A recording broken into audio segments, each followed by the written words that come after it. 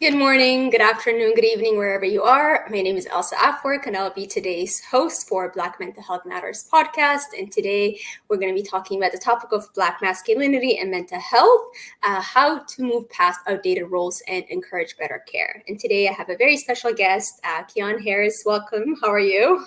Pretty good. Thank you. How are you doing? Good, thank you. So just a little bit about you. You are a senior at the University of Michigan. You're currently working as a research assistant with working on young Black men, masculinities and mental health project for the School of Social Work, which sounds incredible. And you're also planning on pursuing a PhD in the future in the psychology and social work field, with research emphasis on health disparities within Black community and medical field that affects individuals' physical and mental health, along with overall well-being. So welcome. It's a huge achievement. So please tell us a little bit about yourself, what you do, why you do what you do, and where you're located. So I'm originally from Detroit, Michigan. I'm 22 years old. Like I said, I'm a senior here at the University of Michigan, psychology major, and as you said, getting ready for graduate school, probably more focused public health, social work oriented work. Why I do what I do, I would say, especially when I was 17, 18, that's a time in your life where it's a lot of just developmental, just strife, I'll say. And I think having that kind of support is so needed. And that's why I joined this lab initially, because I'm like, what we do here is just really foundational. And it was something that I needed coming up in college as a freshman and sophomore and so on. And so that is probably the main reason why. But I'm really excited to be here. And I think just not just mental health, but just health overall is something that can continue to be just not only recognized through awareness and education, and of course accessibility. I think that's huge, and that's probably going to be a lot of the work that I want to do in graduate school and beyond. And yeah. No, I mean, you're only 22 and you've already achieved so much. So that's incredible. And the fact that you're doing what you're doing in terms of Black masculinity and starting at, like you said, 17, that's already a profound enough reason for it. So and it's just so great to have you. And I think you're the perfect person for today's topic, which is on, like I said, Black masculinity and mental health and how to move past outdated roles and encourage better care. Like I said, this is such an important topic and delicate as well, because of many reasons. And I think there's this expectation surrounding Black men in masculine roles or masculine roles in general to like all communities that, come with a certain expectation that also prevents Black men from seeking mental health care, and even talk about mental health problems or talk about anything. I think just being masculine itself comes with a certain expectation. So let's challenge and deconstruct these roles before we get into the deeper part of the topic, which is how do we encourage better care? Looking past into these roles, and are they outdated even, or are they still practiced until today? So we're going to dive into it. The first question would be, what is Black masculinity? It's very complicated for number one, but I think just a simple statement is basically a way to save face or to kind of just hold back in a way, you know what I mean? So I think that's I would say that's something that's really large in our community in terms of masculinity. It's really all about having this stoic look or, not being phased by anything. But obviously everyone has a breaking point, and it's just so many things that can happen that it really makes it for just negative behaviors and negative outcomes due to that masculinity or how we perceive it in our society, I'll say, and how, yeah. I think that's a really good really good depiction of Black masculinity. It is complex indeed, and that's why it's so tough to tackle, to understand, especially within the concept itself is difficult, let alone try to see it from a different school of thought like mental health.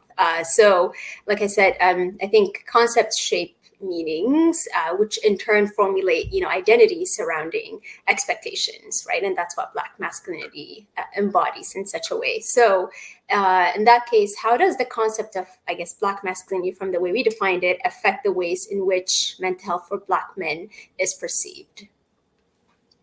I think mental health and just health overall, it's very hard for Black men to admit that they need help, even if it's just physically. So going to a doctor, going to a primary care physician, it might take them forever. So mental health is a whole nother just layer of that, but like times 100 in terms of its severity. And I think it really just creates a large barrier in Black men's lives overall, and it can really hold you down, I would say, is the best way I can put it. Yeah. No, certainly. I think it's expectations, right? And like you said, mental health is a different realm in and of its own, because I think it's talking about not just feelings, but talking about the non-physical, the non-tangible aspect of health. Like you said, health itself is something that I feel like minorities are not. They don't even have the access. I guess there's lack of access in a sense to achieve the services, and I feel like mental health is a different layer. So it's always going to be a challenge. I think not just for Black men, but I think it's also for minorities or migrants or BIPOC community. So in that case, then what does the Black mental health, or what does the mental health in the Black community look like today? Today is still very premature, is the best word I think I could use. I would say, at least in the United States, it's trending a little bit in terms of, things such as like telehealth, and it's okay not to be okay. And it's out there in terms of awareness, but like actual education, there's a huge like gap, I would say.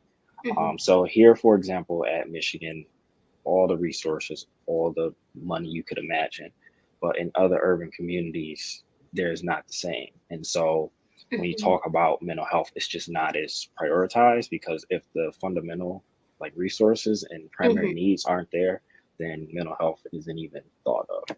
So that's what I can say, especially as a transfer student at Michigan. Coming from a smaller university with not as many resources, it wasn't even really thought of. And I was also a college athlete, so it wasn't even there. And now being here, where, like I said, the resources are infinite, essentially, you see more of it, but it really depends on the environment, I would say.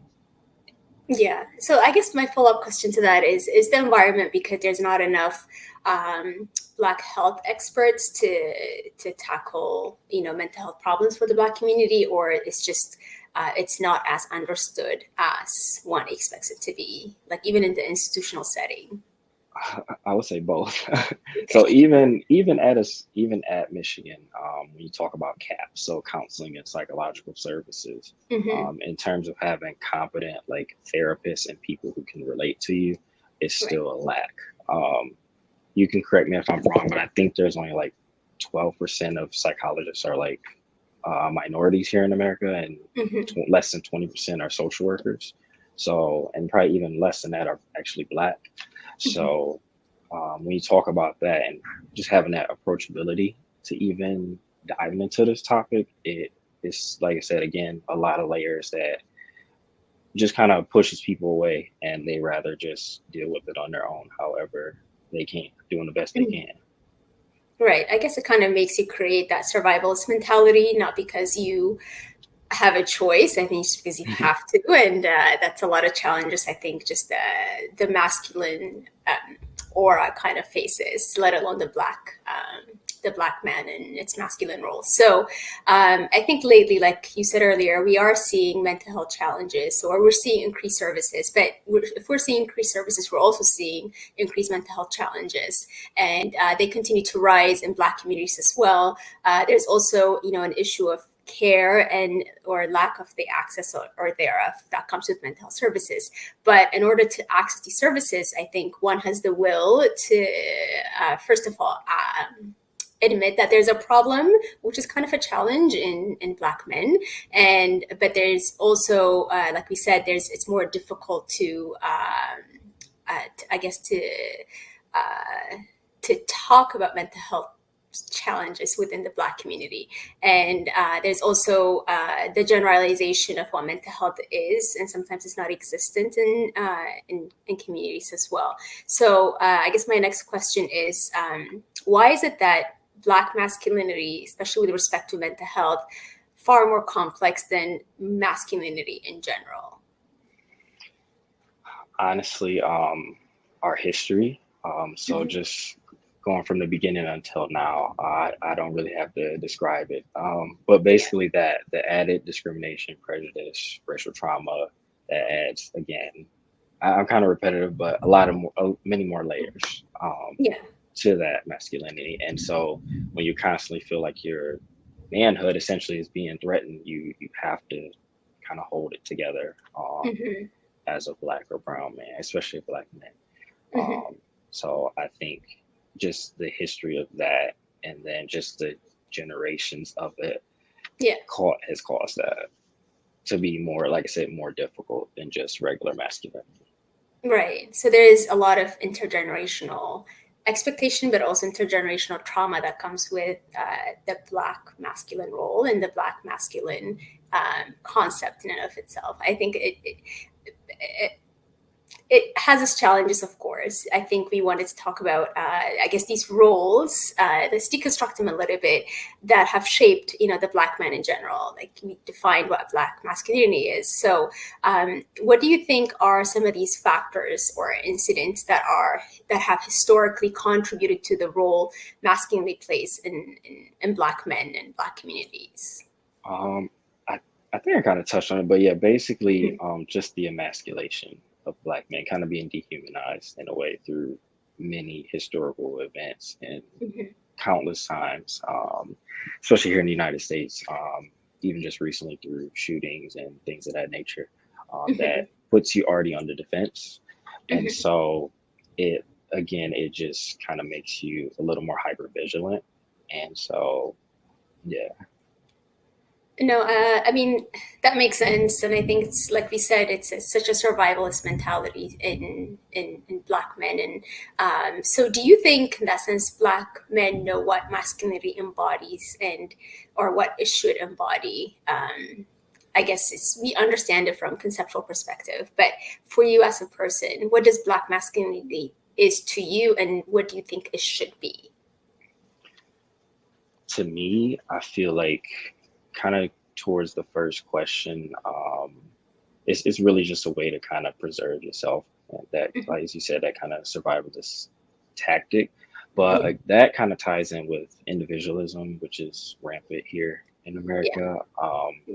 And I think what it should be more of a community effort, because it takes really, and we'll probably talk about that later on, but Mhm. just in terms of it takes a whole community or collaboration of people to really Mhm. rely on each other and have this interdependent type of Mhm. mechanism going on to where you're not holding everything either in or on your back, you know what I mean? Mhm.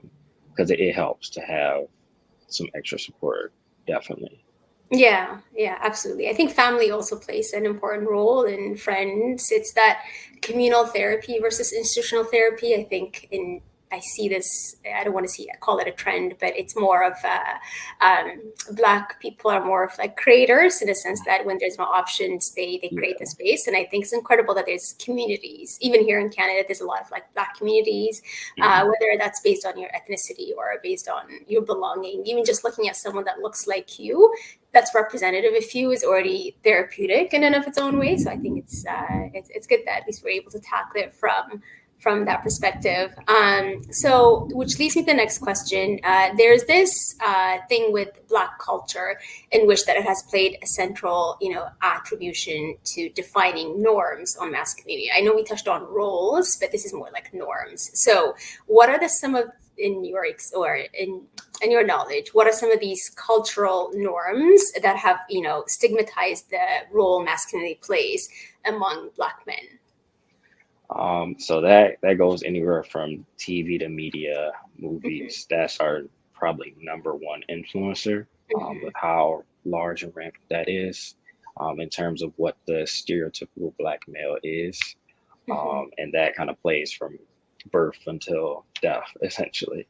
Yeah. And I think along with that, again, going back to more Americanized things like gender roles, how very rigid they are, that plays into it. Um, and then also even just the many isms and phobias that plays into Mhm. when you go into gay black males and things of Mhm. that, and transgender. That's a whole nother layer Mhm. that kind of portrays that. And I think that's something we also do in our research lab a little bit, in terms of surveys and things. So I Yeah. think that's another layer that also for gay and transgender men, black Mhm. men, that's just another layer that adds even more complications to what black masculinity is. Right. I think that's also a whole other group as well to look Hmm. into, right? I think especially when we look at LGBTQ2 plus, it's a Hmm. different context. I think even when you look at it from different normalized concept itself, let alone for a stigmatized community, further stigmatizes them, right? So, and I think the role media plays in, there's also benefits to it, in a sense that now we're seeing all these mental health apps and, Let's Speak Now, and there's also Black wellness groups on Instagram and on LinkedIn and all that stuff. Do you think that services or does it highlight the Black community well, or does it also um, hurt it in a way? Like, what's your stance on that? Um, I would say no. There's no resource that doesn't help. I believe Hmm. if it's used the right way. Right. But of course, there can never be enough, because there's always going to be, like I said, a group or a community that might lack. So that's just the main thing. Is continuously the awareness is great. I think Hmm. just general awareness, but I would say there needs to be more concrete things.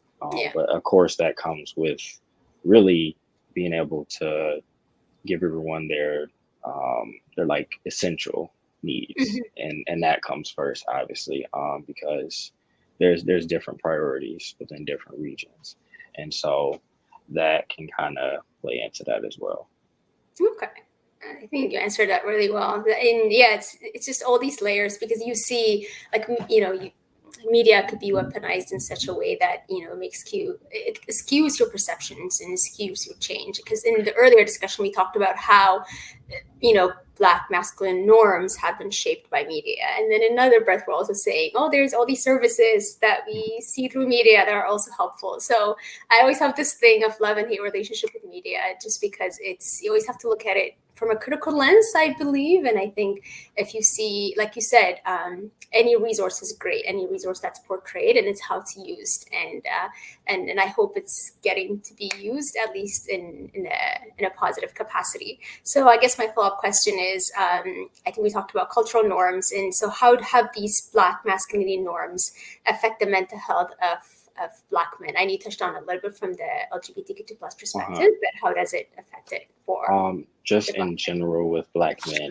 it really causes a whole domino effect of issues, not only within themselves, but within your families. It causes a lot of projection, a lack of vulnerability, maladaptive coping mechanisms.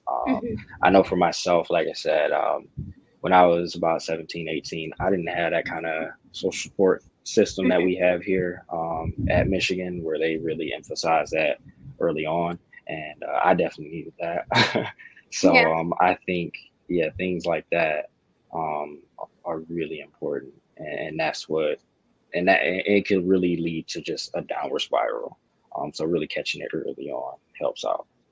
I think that's definitely helpful. So now that we've talked about Black masculinity from the conceptual perspective, from the roles and from the norms as well, let's get into the second part of the topic, which is how to encourage better care. So before we get into that, actually, I just wanted to, just out of curiosity, do you think these roles and norms of what about a male, like the masculine embodiment looks like, you think they're outdated? Very outdated. Because I know for myself personally, I'm probably not the typical Black male. I'm slim and slender, probably 5'10", 5'11". That's not what you typically think when you think of a Black male, or like when you see him in the movies or something. But so they're definitely outdated, and that especially harms children and younger kids who are still trying to work through, trying to figure out who they are and things of that nature. Even with myself, I'm 22, but still trying to untrain myself essentially to not feed into those type of things. It's really lifelong with that. Yeah, I mean, that's a key word right there, lifelong. It's just because we're constantly evolving, and we are the product of our environment. And I think you highlighted the fact that, being 22, you're still adjusting, you're still evolving as a person and as a Black person, trying to destigmatize, I guess, Black expectations of Black masculinity, which is interesting because a lot of what we do is really shaped by the perceptions of others. And I think that's what you highlighted there, because you saying, I didn't have enough access, or I felt I needed to do something, I need to change something. So you had to make that change for yourself. And I think that's because of what was expected of you. It also happens for Black women and anyone really, especially. And that's why, I think earlier I said, I have this thing with media where we try to emulate what someone else has, which kind of creates that resistance that what we are is not enough. And I think with the role, when we talk about Black masculinity, it's just these expectations are so high that if you were to see a Black man being emotional or a man being emotional, you kind of think twice to, it's just, you already have that, you kind of judge before you speak up about it, or, you say something like, it should be okay. And I think normalizing that has been like a continuous challenge. And when we talked about, I think, LGBTQ2 plus earlier, it's a really it's a gray zone in and of its own, just because there's still that stigma of how they should act or how they should be. Right. And it's a different layer of conceptualizing what masculinity should look like itself, not just Black masculinity. So I think it's really important you brought that up. So now that we've defined that it is an outdated role, and I agree, let's move further to care. So now that we define all these roles, and I guess my next question would be, how can Black men create a space for a dialogue and change in discussing mental health challenges?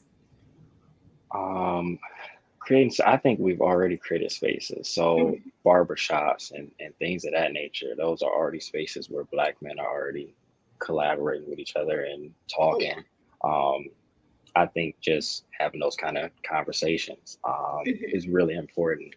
But to create it really is going to take just almost do to people in a small setting. To bring it up, I would say that's the hardest thing, is to bring it up. Mhm. But once one person starts it, it's a lot easier.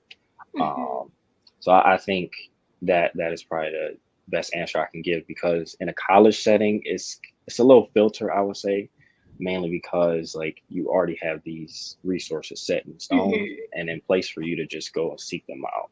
But in like just a regular life, it's a little different than that. So that's why finding those spaces through either sports, activities, clubs, organizations, or anything is probably the best way. Even if it's just a few people, it doesn't have to be like 100 or so. Mhm. Mhm. Yeah, and I think it's an excellent answer because I see it in a lot of my friends and my brothers as well. I have a lot of male dominant family, and so they always have this space for them to do their thing, I guess. And we don't. It's interesting because we don't really coin it in a way of like this is a service. It's because we created ourselves. For us, it's more therapeutic, and I think for women, it's also like shopping is like it's the most common one.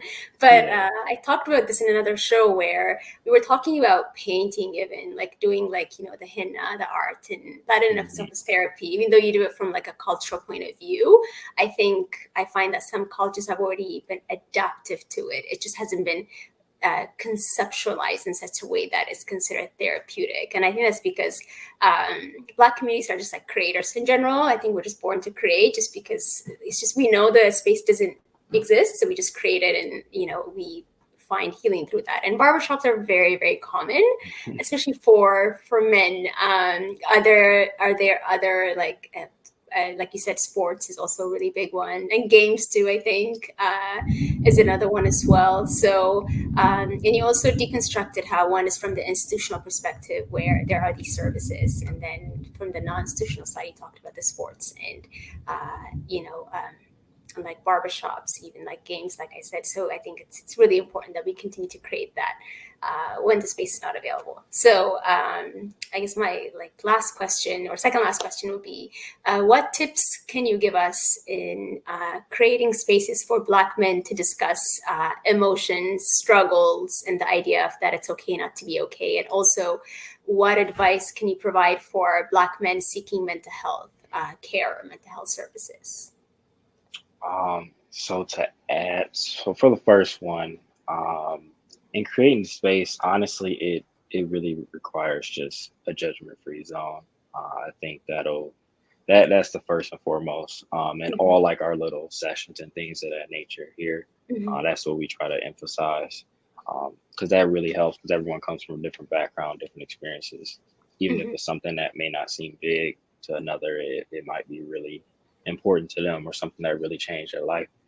Um, and in terms of tips, in terms of seeking out mental health services, honestly, I would say you would the best I would say is trying to get someone that, at least they don't have to be Black, but at least be competent to like what your experiences are. I think, Mhm. because you might not be in the area with a Black therapist or Right. social worker or something.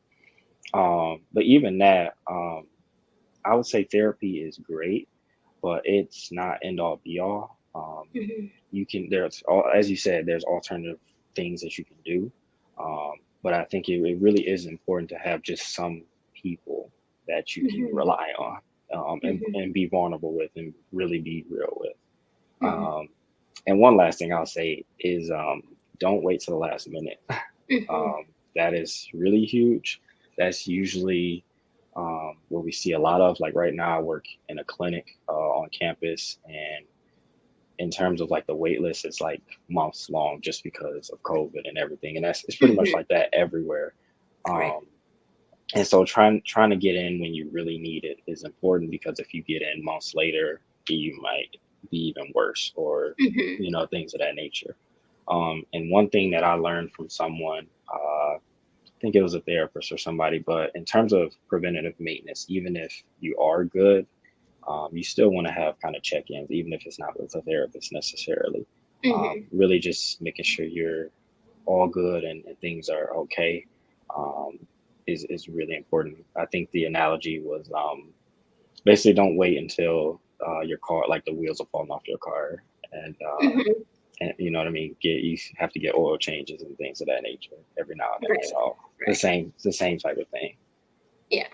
No, that's a really good answer, but I think it's a really good encouragement. But I know for a fact that a lot of people I know that they leave everything to the last minute. I think it's just a human nature thing to be like, oh, it's nothing, but then it could be something, right? So, Yeah, um, yeah. And yeah. I'll say I used to be like that, but as someone with a lot of anxiety, I've always just ever since then I just try to be on top of things. I Hmm. think it makes life easier versus procrastinating. I like I said, Absolutely. early freshman and sophomore, I used to be a huge procrastinator, but it Yeah. doesn't help out anything. um, and that is in and out of school. It doesn't help. So I think that just being just on top of things and really checking yourself and taking care of yourself is so important, especially right now. Hmm. Oh yeah, absolutely. And I think because like earlier we talked about increased challenges that come with because there's more services now available to a lot of people, even from the institutional perspective. But it's just it could be a bit difficult to convince someone to say, you have a problem, therefore go seek it. So, from your experience, what advice can you give to the Black man to say? And I know you said it that just early on, catch it before the wheels fall off the cars. And I like that phrase. But what other advice can you give to from one Black man to another to say, you know, um, it's okay to feel this way and your feelings are validated and go seek services? And what kind of words of encouragement can you give to people? I think you just said it. Really validating yourself. Mhm. That's what kind of goes into that procrastination and just saying like, oh, it's okay, like it's really nothing, and then it Mhm. turns out to be something much bigger. So I think first and foremost, really validating yourself, um, really checking out, especially if you're a university student, really take advantage of those resources. They're usually everywhere, depending on Mhm. your school size and things of that nature. But there's usually something there that they can offer you. And if not that, then you might want to check out outside therapy.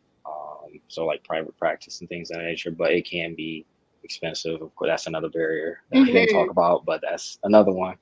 Yeah. Um, that can be an issue as well. But I would say, yeah, really do your research if you really are serious about trying to go into therapy. Yeah.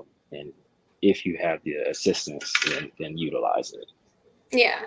Do you think there are? I know that's a huge one that we didn't touch on. I think just because it's a central role and often a topic that comes up in every single one of the podcasts is affordability because accessing some of these expensive services comes with your socioeconomic status as a person, right? So in like even in Michigan, are there services that are catered to those with like low income that they can have these services to, or have access to these services? Yes, that is true, but with it being a little bit lower cost, it might be lower quality or longer wait times, and Hmm. I can go down the list. But Yeah. that's another issue with that as well. And so that's kind of like what kind of inspired me in terms of what I want to do in terms of Hmm. research and health policy work, just trying to really reduce that barrier. Yeah. Um, so yeah, that's the main issue because if you are like qualified for that, it might be months before you even get assistance. Or if you do get matched with someone, it might be someone who has no clue what your Hmm. background is. And so it's kind of a waste of time. And then it discourages you from therapy. And then you're like, oh, I can just do it on my own. Yeah. And it's just that constant cycle. I've seen that a lot from friends and just people um, around. And so they're like, it's no point in really going to therapy. Um, so yeah, and I get it. I definitely understand why because there's so many hoops to jump through to even get to Right. someone. Right, right. I think that's also discouraging. And I think with affordability, even if you can afford it just the slightest bit, there's still a wait time for that unless you access like a super private healthcare, which is very costly. And I think it goes back to maybe that's why, Black men create spaces for themselves to say, I'm much better off getting therapy or just some conversations with, because when you're at a barbershop, I think it's the same thing with, going at a coffee shop and discussing about your life. And that's what it is. That's what therapy is essentially, right? It's just to discuss out your problems, but it's to a neutral party versus someone that knows you. And I think, Black communities, I think from my experience, even they're better off, like they're way better at talking about it with someone that understands them than someone that's a complete stranger to them, because there's that trust and lack of trust that plays a role. And on top of that, if you're adding in trying to go and get these services that are way long, they're like, oh, it's just too much work. I wasted my time, and time is of the essence, especially for those that can't even afford to go there. So it's this cyclical challenge, and I think Black men face on top of the expectations, even if they are able to open up like you are, like you talked about anxiety, which is a big part, by the way, that doesn't get acknowledged enough. And I think it also predecesses other mental health problems if not treated early or if not treated properly or diagnosed properly, I say. Right. So and kudos to you. It's, like I said, it's not easy to talk about these challenges, and It took some years, so yeah, no, it's work. still, and you're only 22, so it's like kudos. It's just you're mentally super mature, and I think it's great that you are, and it will encourage future generations as well. And I know for a fact that when you see someone that looks like you talking about these challenges, it encourages the youth to talk about mental health problems as well, because that's also another realm of like youth expectations, because they emulate whatever is in society. We talked about media normalizing Black masculinity and expectations as well. So I'm actually excited to know more about your research. If you can tell us a little bit about it and what it is that you're hoping to achieve, even when you go and do your PhD. Okay, so the research I do now, in my senior year, like I said, I'm in the School of Social Work with the Curtis Center for Health Equity and Training under Dr. Daphne Watkins. She's pretty well renowned here in Michigan. And like I said, mainly what we focus on is just wellness and overall well-being for young Black men here on campus. We not only have supported men here, but at other local campuses such as Michigan State University, Eastern Michigan University, and doing just basically kind of seminars and having like a point person and just talking about the topics that we are right now and their experiences. And that's the pretty much synopsis of it. But I think it's really awesome because, like I said, I wish I had that early on in college. That was something that's really cool to just see young freshmen, sophomores, and even graduate students and beyond. There's people from all different backgrounds coming in and just having dialogue about what masculinity is, what depression is, what anxiety is, how does that look within you, how have you seen it within your family, and things of that nature. And so it's really nice. That's And incredible. Yeah.